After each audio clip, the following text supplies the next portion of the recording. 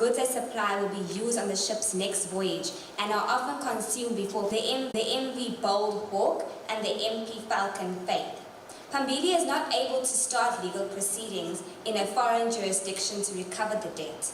To make matters worse, although Phambili thought it was dealing with a large outfit that operates a fleet of several ships, it turns out, however, that each ship is owned by one ship company, registered offshore, where litigation against ship owners will be expensive and likely to succeed. The situation is dire.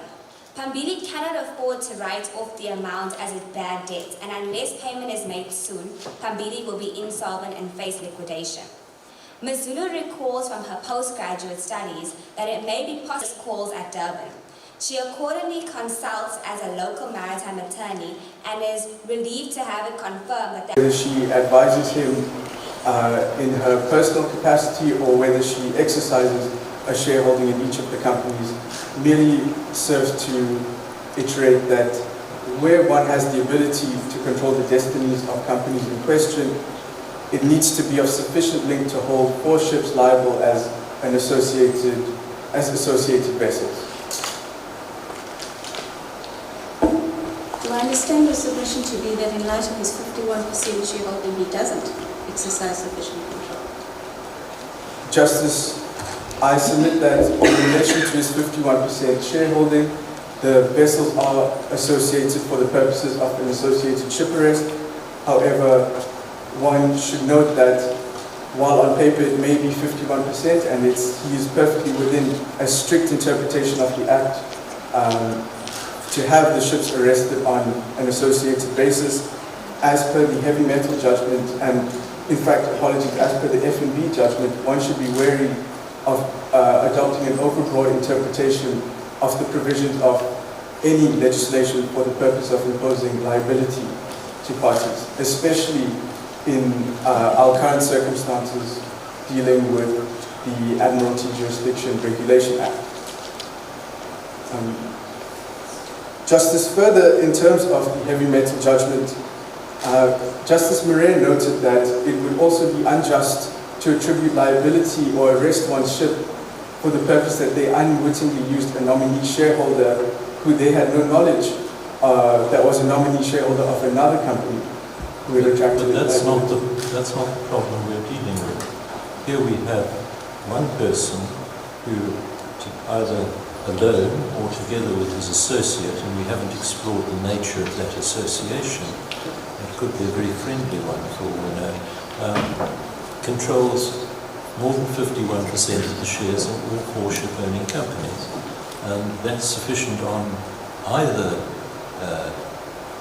in fact on all 3 of the judgments in the heavy metal, a judgment which has been subject to serious criticism, as you're aware.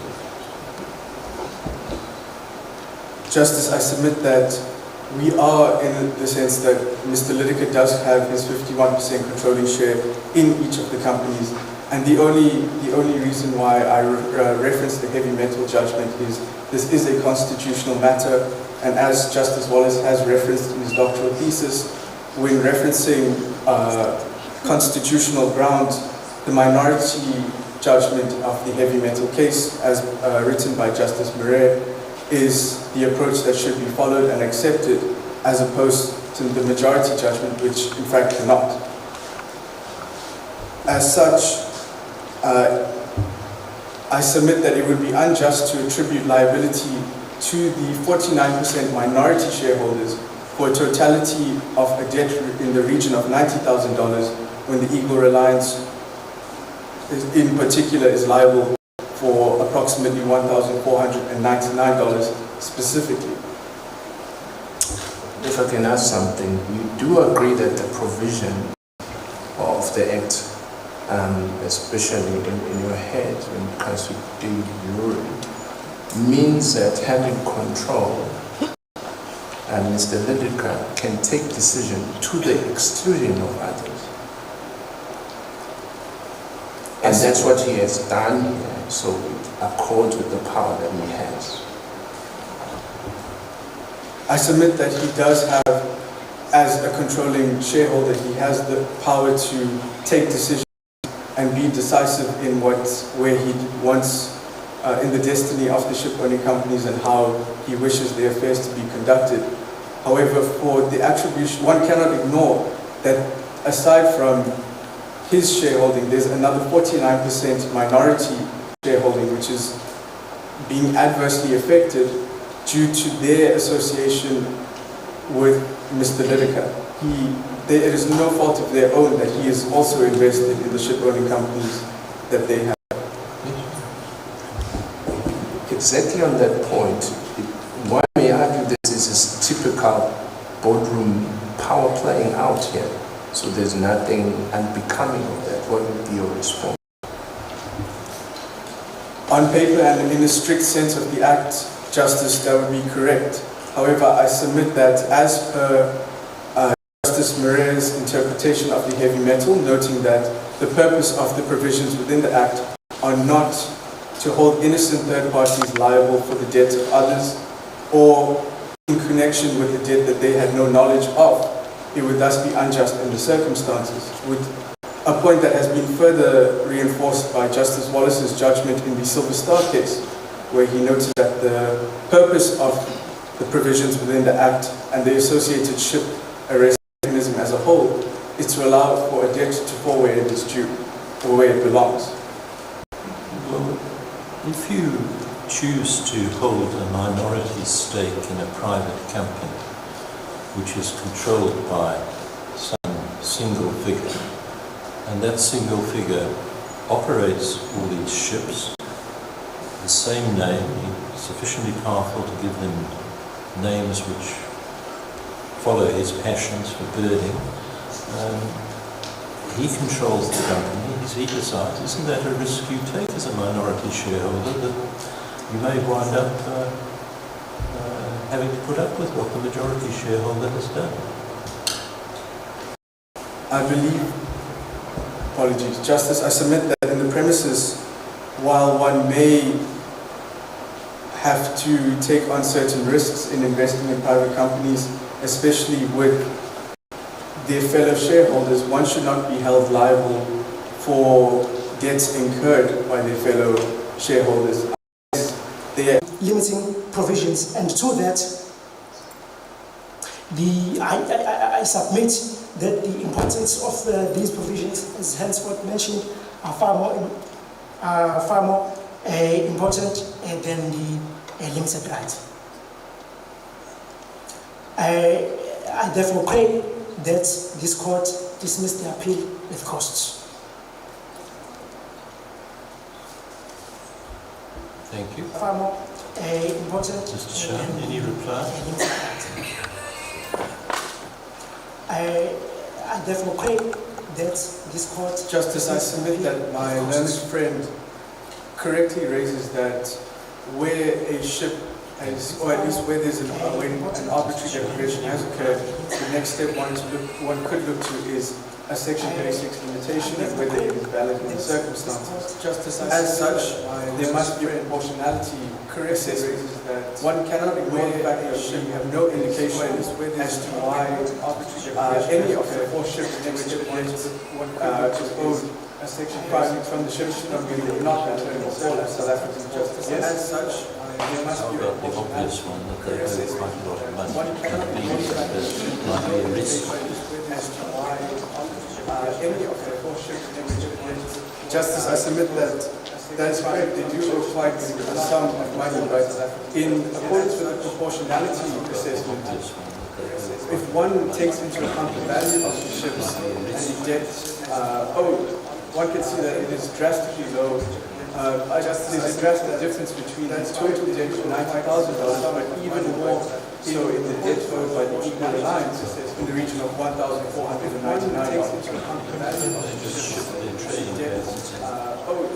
One can see that it is drastically low. There's a drastic difference between the total debt of $90,000, but even more so in the debt owed by the Eagle Alliance in the region of $1,499. Justice, that would be so, but as the Eagle Reliance has told at South African courts, I submit that there's no indication that Mr. Lydekker, as well as his shareholders in the ship-owning companies are trying to evade their debt. Mr. Sharma, I just want to Justice, ask you on just two issues. as the Eagle You've heard the respondent is saying, first and foremost,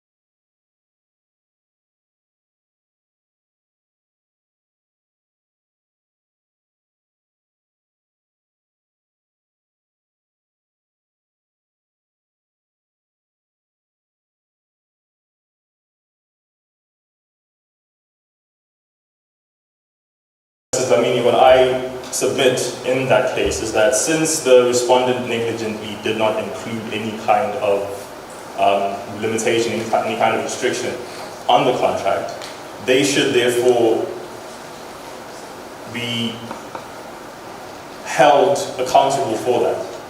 And had it been that they were meticulous enough and that they understood the consequence of the employment relationship, they would have made provision for such circumstances that might constitute supervening or rather external circumstances that would warrant exception. Contract preferentum. So in other words, it must be interpreted in your client's favor. Yes, Justice. Thank you. Having concluded, if the court is satisfied, I would like to conclude with a prayer. Accordingly, I pray that my appeal is upheld, or the appeal is upheld with us.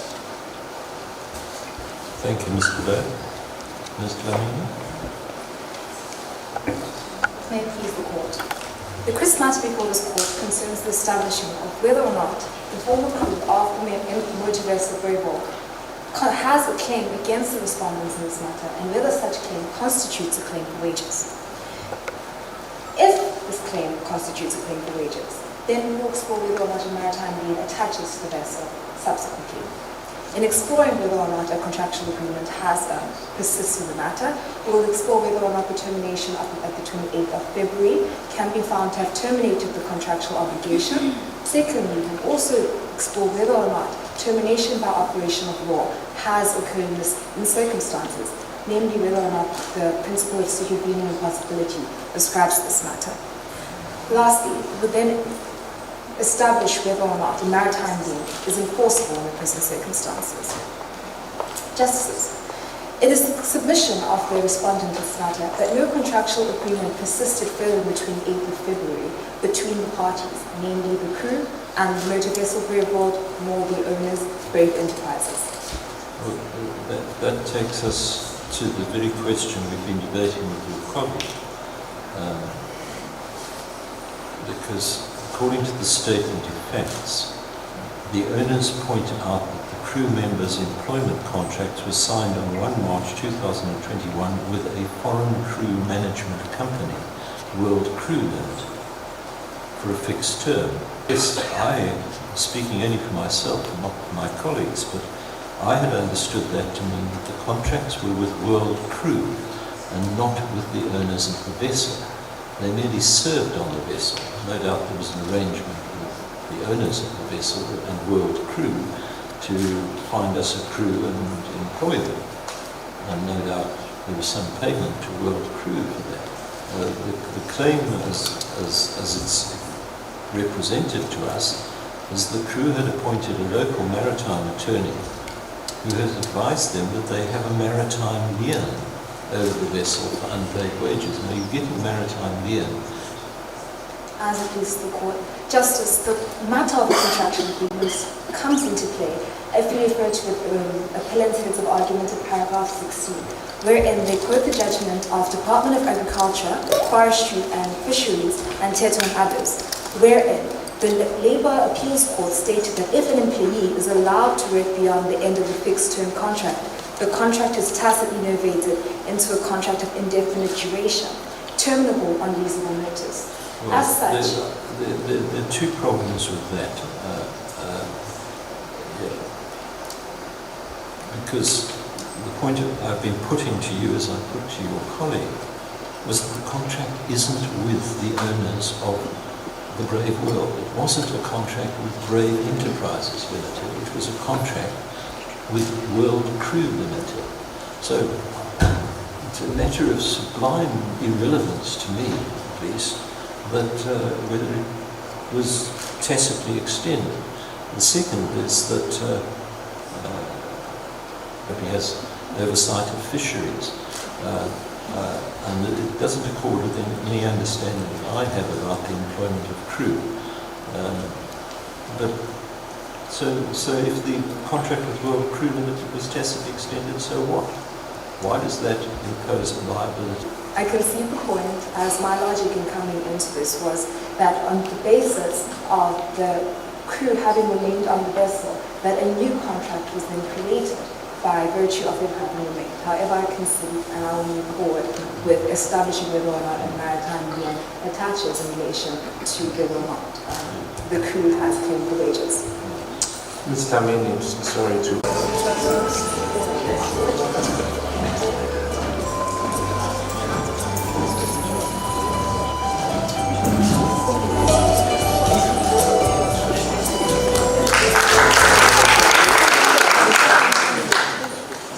Thank you, ladies and gentlemen. And now we would like to hand over a token of appreciation to our judges. And that will be done by Mr. Kendall.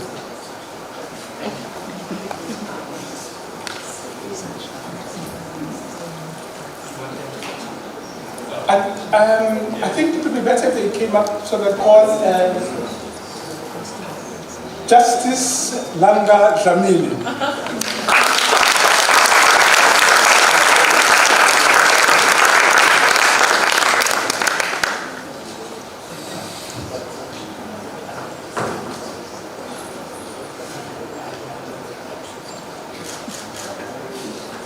We'll call upon Justice Jackie Hendricks.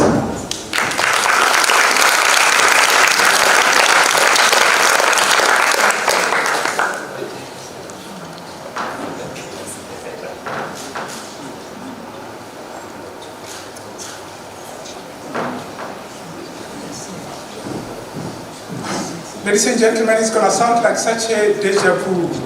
I would like to call upon the winner of this competition of 50 years ago, Justice Malcolm Wallace.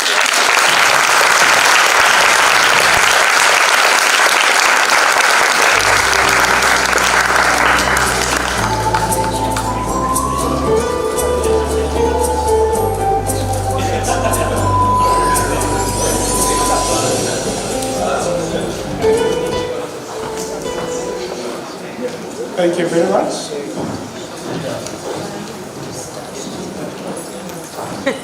We're almost there, ladies and gentlemen. Perhaps before I read out the acknowledgements for this evening, let me borrow from social media this particular language to say that if resilience for contestants.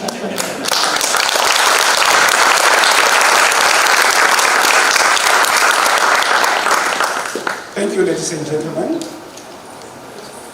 Now, the School of Law is grateful to all those who have contributed to the success of this program this evening. We would like to acknowledge the contribution of Juta Company and LexisNexis for their sponsorship of gifts for the Moot Court judges and the Moot finalists. The finals, Jackie Hendricks, as well as the Honorable Justice Malcolm Wallace and Dr. Langa Dlamini. Lee Donnelly, Honorable Ms. Deepa Lem. The semi-finals of the Ellie Newman Memorial Moot Court were judged by Dr. Dusty Lee. The following advocates graciously agreed to assist in providing advocacy because our contestants were talking about a very specialized area of law. So for those of you who are still interested in pursuing the study of law at this university, we still have those modules that have got the accused in them. At the very end of this process, I want to once again extend our gratitude to our judges for having taken time off to come and be with us this evening. I have to argue in front of a live audience, in front of judges. I said to one of the contestants earlier, it must have been very hard quoting a doctoral thesis of, so we'd like to applaud you. Shall we keep them around?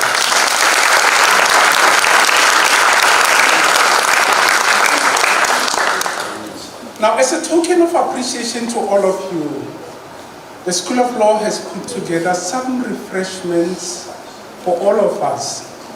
So at the end of this ceremony, I am going to have one more photo with Mr. Photographer. Do you want one more photo here? Inside here. I don't think, ladies and gentlemen, you need to be here as we do the photo story here. So I would like to take this opportunity to release refreshments are. They are in Suite C. You go as if you are going out, and then you go up a flight of stairs and you go onto the red carpet, which is specifically laid out for you. And that's where the refreshments are. Once again, we thank you for having taken time off to be with us. Thank you very much, and enjoy your evening.